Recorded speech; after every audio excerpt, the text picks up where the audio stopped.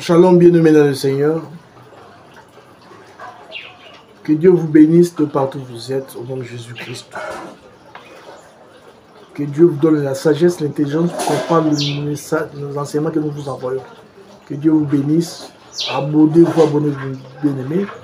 Et demandez aussi à d'autres personnes de s'abonner. Ce sont des enseignements de la parole de Dieu. Quand vous le faites, Dieu vous bénira certainement. Parce que ce que nous enseignons, ça peut pas être votre cas, mais ça peut aussi intéresser d'autres personnes. Notre message du jour, nous allons parler sur le mariage. Le mariage. Gamos, le mariage. Le mariage, c'est quoi juste? Ça, c'est connu de beaucoup de gens. Ça ne vaut même pas la peine de revenir à la définition. Mais c'est l'union d'un homme et d'une femme devant une autorité civile ou ecclésiastique. C'est l'union d'un homme et d'une femme devant une autorité civile ou ecclésiastique, ou une autorité d'église, ou encore une autorité civile, c'est-à-dire le maire de la ville, le bourgmestre, des choses comme ça. D'où commence le mariage? Ça, c'est important, ça, à relever. Le mariage est une institution divine. C'est Dieu qui l'a institué. C'est Dieu qui a institué le mariage, pas quelqu'un d'autre. C'est Dieu seul.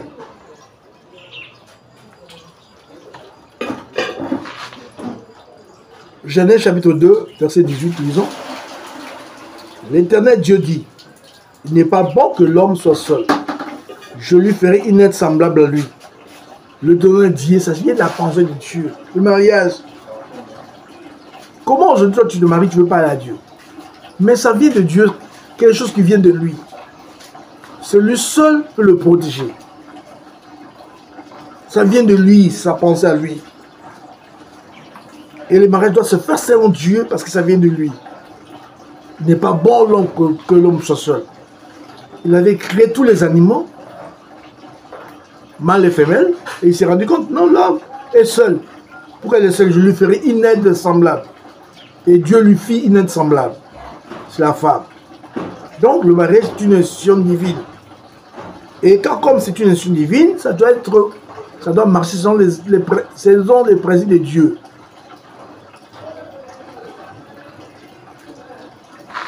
Comment? Dans Genèse chapitre 2, verset 4, Genèse chapitre 2, verset 4, Dieu dit, c'est pourquoi l'homme quittera son père et sa mère, et s'attachera à sa femme, et les deux deviendront une seule chair. Les deux deviendront une seule chair.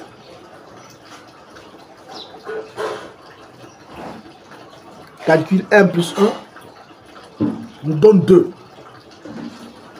L'homme quitte son père et sa mère.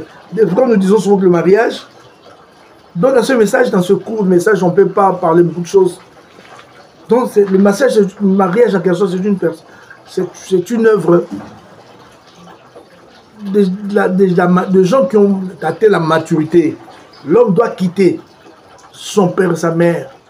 Aujourd'hui, nous sommes étonnés de voir, il y a ces hommes-là qui se sont mariés, mais qui n'ont aucune autorité. Sa vie, ce sont ses parents qui prennent le pouvoir, décident sur sa maison.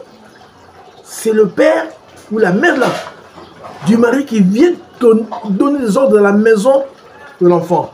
Cet enfant-là n'avait pas grandi, il avait encore besoin de continuer à prendre de ma mère de sa mère. Parce que l'homme, le mariage, c'est un problème des gens adultes, des gens mûrs, qui quittent son père et sa mère. Il n'est plus sous l'influence de son père et sa mère. Il n'est plus sous le toit de son père et sa mère. C'est elle qui est libre maintenant, peut se marier. Mais quelqu'un qui est encore sous le toit de son père et sa mère, ça ne vaut pas la peine pour lui. C'est quelqu'un qui est encore sous l'influence de son père et sa mère, c'est le père qui décide. Ça ne vaut pas la peine. C'est la mère qui décide sur son mariage, ça ne vaut pas la peine. Ça cause tous des problèmes. Je vis 2 ans marié, mais le papa, la maman décide, non, je ne veux plus de ce mariage-là. Et mes enfants, allez chasser cette femme qui est dans cette maison. On part, on chasse la femme. Celui-là n'est pas un homme, c'est une fille. n'est pas un nom, il faut lui donner notre nom. Il ne faut pas accepter cela qui arrive dans votre foyer. Il ne faut pas accepter ça, bien-aimé. Ça montre votre faiblesse. Le mariage, c'est une affaire des adultes. C'est important, bien-aimé, que Dieu vous bénisse. De partout où vous êtes, vous nous suivez. Abonnez-vous, bien-aimés. C'est un message important. Mais on essaie de vous les donner un peu de minutes. On peut les donner pendant 2 heures, 3 heures du temps. Mais en peu de minutes, on résume. On vous donne ce qui est important. Que Dieu vous bénisse au nom de Jésus-Christ. Amen. Bien-aimés, on continue notre message. Ça s'est passé comment dans le mariage? Il faut retenir que c'est une action divine. C'est Dieu qui a commencé. Adam ne savait pas. C'est plein devenu de la part de Dieu. Il n'est pas bon que l'homme soit seul. Il n'est pas bon qu'Adam soit seul. Dieu lui-même lui a fait une aide semblable. Et l'a amené auprès de lui. Adam, voici l'aide qu'il a choisie pour toi. Et Adam a pris sa femme, Ève. Moi, aujourd'hui, beaucoup de gens disent non, non, non, non, non, non, non, non, non, non, non, non. On ne peut pas choisir pour moi. Mais Dieu a choisi pour Adam. Ève n'était pas le choix. Donc, Adam n'avait pas choisi, c'est Dieu lui-même qui a créé Ève. Dis, je te le donne. Elle est là pour toi. Et c'est pourquoi d'autres disent non, non, non, non. Moi, je vais choisir moi-même comme Samson avait choisi lui seul. Ça s'est passé comment? Le jeune homme lui-même dit, choisis lui-même. Il choisit lui-même, comme dans Juge, chapitre 14, verset 2, lui-même l'homme, le jeune homme, remarque une jeune fille. C'est pas mauvais aussi, ton choix. Est-ce que ça marche toujours? Si on choisit pour moi, c'est mauvais, il faut que je choisisse moi-même. Et si je choisis moi-même, ça va perturber. Ça va perturber. Ça va perturber. Bien aimé, est-ce que ça va perdurer? Je ne sais pas. Réfléchissez vous-même. Parce que dans la Bible, on voit le choix. C'est Dieu qui fait le choix. Dans Genèse chapitre 24, au verset 18, nous voyons que, j'ai dit chapitre 24, Genèse chapitre 24, verset 18, le père choisit une fiancée pour son fils. Choisit. Ou par personne, par un intermédiaire, il envoie son serviteur choisir une fille pour son fils. Or, Samson dit, moi, mais je ne choisis pas pour moi-même, je choisis moi-même. Elle est allée choisir chez les Philistins. Chez les Philistins. Samson est allé choisir chez les Philistins. Parce qu'il y a des gens qui ont l'esprit de Samson. Ils disent, non, si on le choisit, ça ne va pas marcher.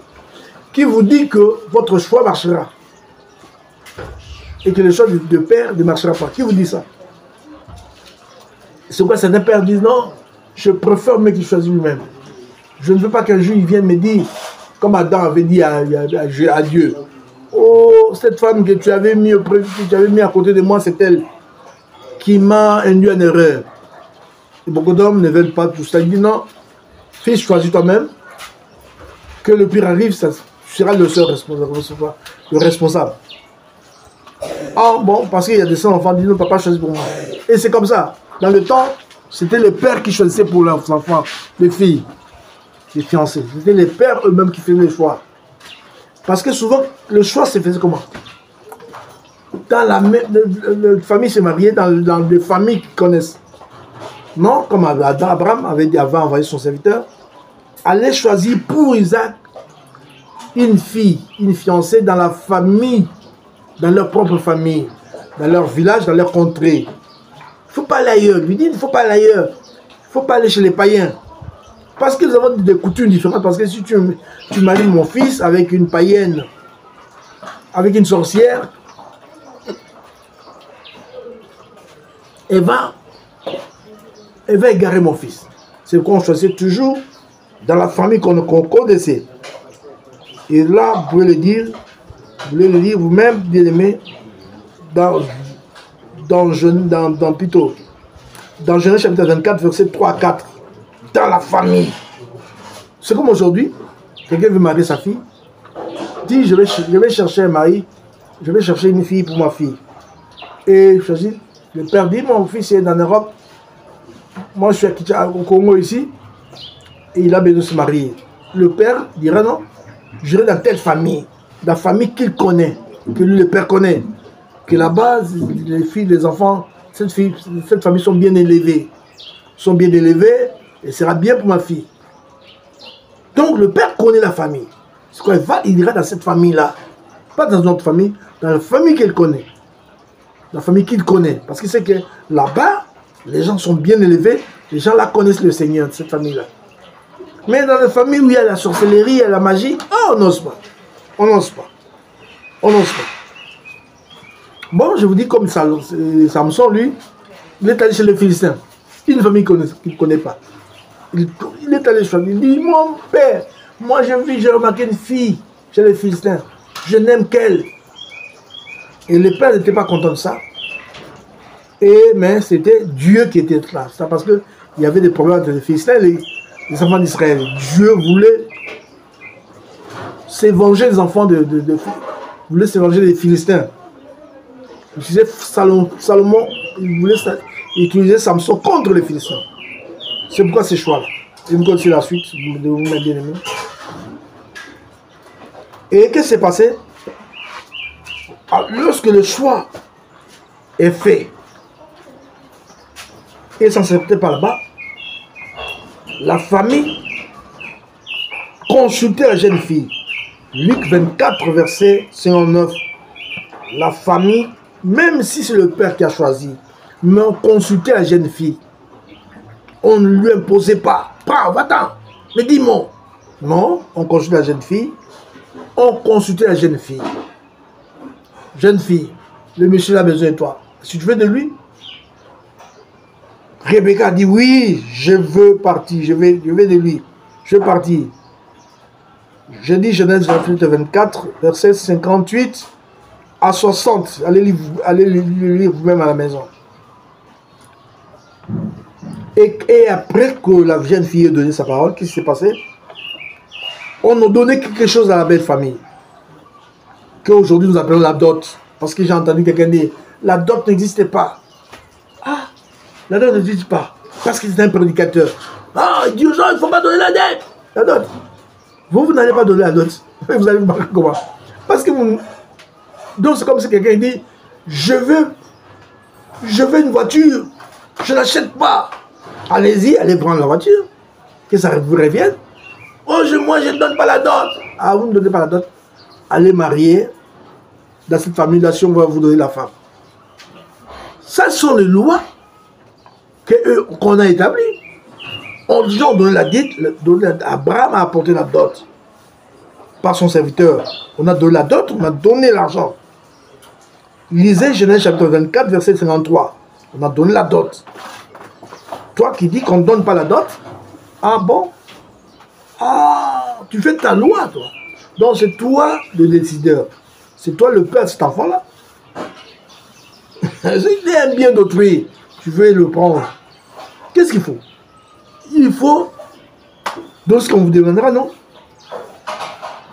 Bien aimé, j'ai dit, Genèse 24, verset 23, on donnait cela. Non seulement cela, la dot était la coutume de ce temps-là. Les choses de ce temps-là, la dot était connue dans ce temps-là. Oui, un autre passage, Genèse chapitre 29, verset 15 à 20. Genèse chapitre 29, verset 15 à 20. Les gens donnaient la dot. On exigeait la dot. Pour prendre une fille en mariage, on exigeait la dot. Il fallait donner, c'est l'Ancien Testament. Quelqu'un dit, c'est l'Ancien Testament, c'est la loi. Ah, quelle ignorance. Quelle ignorance. Toi, tu n'étais pas avec nous. Toi, tu viens de l'autre monde, là. Tu as traversé. Tu veux venir vers nous. Tu veux nous dicter la parole de Dieu. Il faut suivre les gens que tu as trouvés dans le Seigneur, bien-aimé. Il faut suivre les gens que tu as trouvés dans le Seigneur. Si tu ne connais pas, renseigne-toi auprès des gens qui connaissent moins quelque chose, qui ont quelque chose. Oh non, c'est l'Ancien Testament. Qui vous dit que l'Ancien Testament, tout ce qui est l'Ancien Testament, c'est la loi? Qui vous dit ça? Est-ce que même tout ce qui est dans la loi, c'est toujours faux? Qui a dit ça? Jésus lui-même dit, je ne suis pas venu pour abolir, mais pour accomplir. Jacques nous dit, dans Jacques chapitre 2, verset 28, Jacques chapitre 1er, verset 18, il parle, verset 25, il parle de la loi. Il y a la loi parfaite. Hein? Il y a la loi parfaite, la loi royale. Et ça, vous rejetez ça aussi. Si vous rejetez ça, alors la Bible ne restera plus la Bible. Bien-aimé dans le Seigneur, l'ignorance tue. Mon peuple périt faute de connaissances. Et des faux prédicateurs comme ça gagnent aussi les gens. Ils arrivent à les convaincre.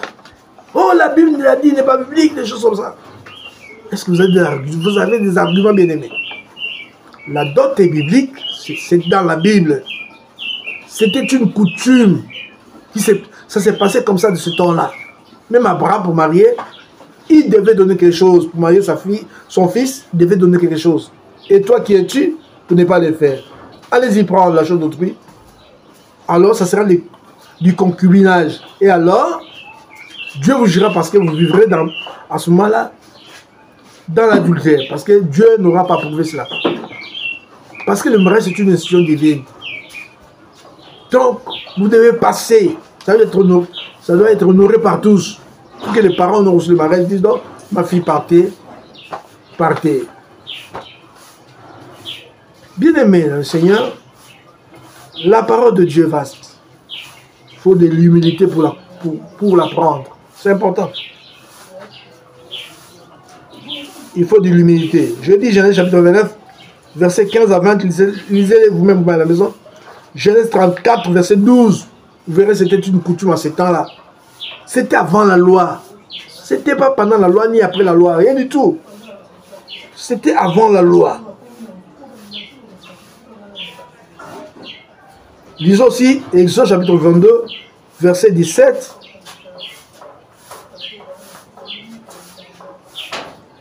Samuel chapitre 18, verset 25. Certaines personnes évaluaient cela même à 50 cycles d'argent. Deutéronome chapitre 22, verset 29. Ce sont des versets à écrire et à lire vous-même à la maison. Vous verrez que c'est dans la Bible. Et c'était avant. Certaines de ces choses-là étaient avant la loi.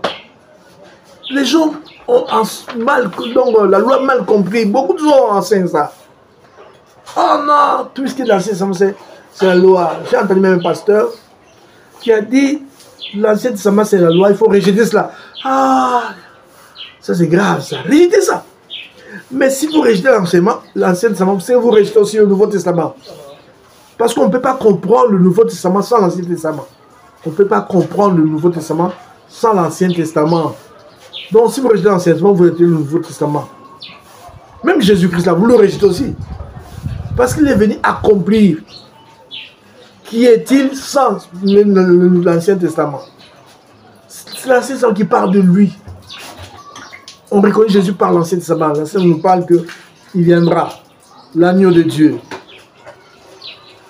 Quand on a vu ce qu'il a fait, on a accompli, c'est l'Ancien Testament qui le dit. Il est venu accomplir ça, non? Bien-aimés, faites attention, faux docteurs, faites attention, faux enseignants. Ils égarent pas mal de gens. Que Dieu vous bénisse au nom de Seigneur Jésus-Christ. Et à la prochaine, bien-aimés. Abonnez-vous, bien-aimés. Afin que vous ne puissiez pas nous manquer. Afin que vous puissiez pas manquer nos prochains enseignements. Que Dieu vous bénisse. Au nom de Jésus-Christ et à la prochaine, au nom de Jésus.